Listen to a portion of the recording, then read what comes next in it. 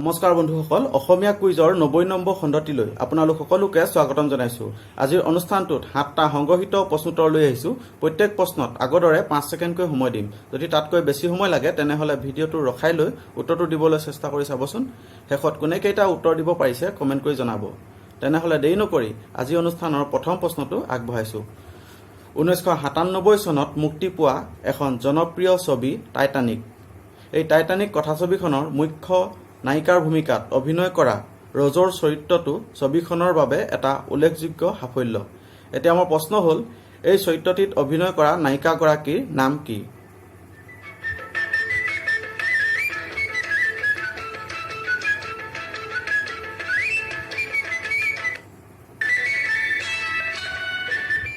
সময় শেষ হৈছে। উত্তৰটো হৈছে কেট এলিজাবেথ উইন্সলেট।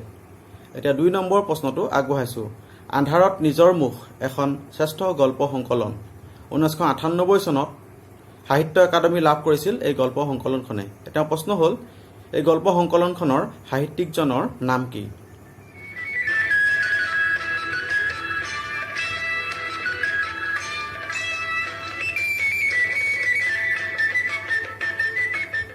সময় শেষ হৈছে। উত্তৰটো হৈছে ডক্টৰ নগেন শইকীয়া। এতিয়া 3 নম্বৰ প্ৰশ্নটো আগবঢ়াইছো। কৃষি কাৰ্যত ৰাসায়নিক সাৰৰ সুপ্ৰভাৱ আৰু কুপ্ৰভাৱ এই দুইটাই আছে।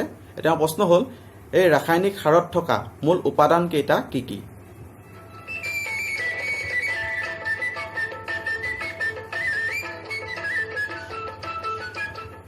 সময় শেষ হৈছে। উত্তৰটো হৈছে নাইট্ৰজেন, পটাছিয়াম আৰু ফছফৰাছ। এতিয়া 4 নম্বৰ প্ৰশ্নটো আগবঢ়াইছো। লোহা ৱেল্ডিং কৰিবলৈ এবিধ বিশেষ মিশ্ৰণৰ প্ৰয়োজন। এটা প্ৰশ্ন হ'ল, এই মিশ্ৰণবিধৰ নাম কি?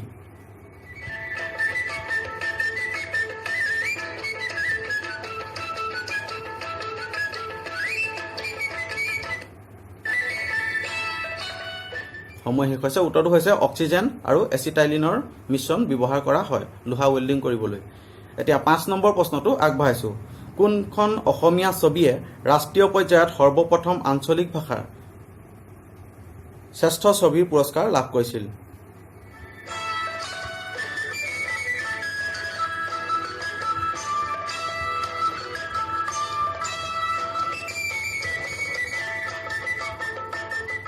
সময় শেষ হৈছে। উত্তৰটো হৈছে ডক্টৰ বেজবৰুৱা আৰু ছবিখনৰ পৰিচালনা কৰিছিল বজেন বৰুৱাই।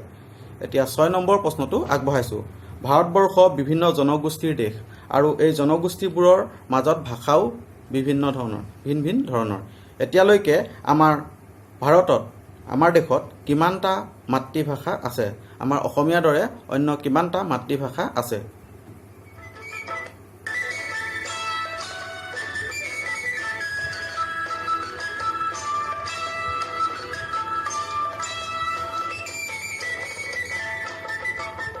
সময় শেষ হৈছে। উত্তৰটো হৈছে 19,500ৰো অধিক মাতৃভাষা আছে আমাৰ এই অসমীয়াৰ দৰে। এতিয়া 7 নম্বৰ প্ৰশ্নটো আগবঢ়াইছো। কমিউনিষ্ট মেনিফেষ্টো নামৰ কিতাপখনৰ লিখক কোন?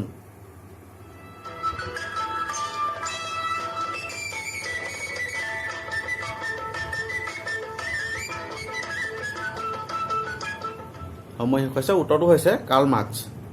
আজি প্ৰশ্নোত্তৰ ইমানতে শেষ হৈছে। এইখিনিতে কুইজৰ 89 নম্বৰ খণ্ডত মই এটা গান আপোনালোকৰ বাবে আগবঢ়াইছিলোঁ। গানটো আছিল এই ধুনীয়া গধূলি লগন। এই ধুনীয়া গধূলি লগন। এই গানটো কোনে গাইছিলে মই আপোনালোকক সুধিছিলোঁ। ইয়াৰ উত্তৰটো হৈছে আশা ভোছলে। ইয়াৰ উত্তৰ কেইবাজনো বন্ধুৱে দিবলৈ সক্ষম হৈছে। তেওঁলোকৰ নাম মই এইখিনিতে উল্লেখ কৰি দিব বিচাৰিছোঁ। তেওঁলোক হৈছে ভাস্বতী কলিতা, সুজিত কলিতা, ৰিণকণ শৰ্মা, দীপাঞ্জলি দাস, দীপশিখা বৰগোহাঁই, মামণি বৰ্মন, মিলিটিয়া আৰ্মি, চন্দন নাথ, মিনাৰুল ইছলাম, জব্বাৰী আলম, নিকেন ভাই, ৰীতামণি গগৈ, ডিম্পী হাজং, ভাস্বতী চৌধুৰী আৰু লালচন খান। আপোনালোক সকলোকে ধন্যবাদ জনাইছোঁ। আগলৈ এনেদৰে উত্তৰ দি সহযোগ কৰিব বুলি আশা ৰাখিলোঁ।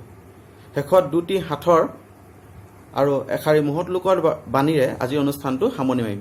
সাঁথৰ 2টা উত্তৰ মই নিদিওঁ, আপোনালোকে কমেণ্ট কৰি জনাব। 2টা উজু সাঁথৰ। প্ৰথমটো হৈছে, কি কলৰ বাকলি নাই? উত্তৰটো কমেণ্ট কৰকচোন। নিশ্চয় পাইছে চাগে। এতিয়া 2 নম্বৰ সাঁথৰটো আগবঢ়াইছো। কি সাগৰত দৌল, দেৱালয়, মঠ মন্দিৰ এই সকলো আছে? কি সাগৰত দৌল, দেৱালয়, মঠ মন্দিৰ সকলো আছে? উত্তৰটো কমেণ্ট কৰক।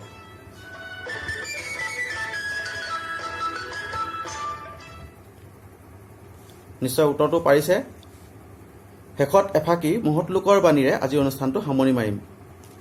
জৰ্জ কেটলেট মাৰ্চিয়েল নামৰ এজন মহান লোক, তেওঁ এই বাণীটো আগবঢ়াইছিল, কেৱল জীয়াই থকাটোৱেই জীৱন নহয়, কেৱল জীয়াই থকাটোৱেই জীৱন বুলি ক'ব নোৱাৰি, সকলো সময়তে জীৱন্ত হৈ থকাটোহে প্ৰকৃত জীৱন।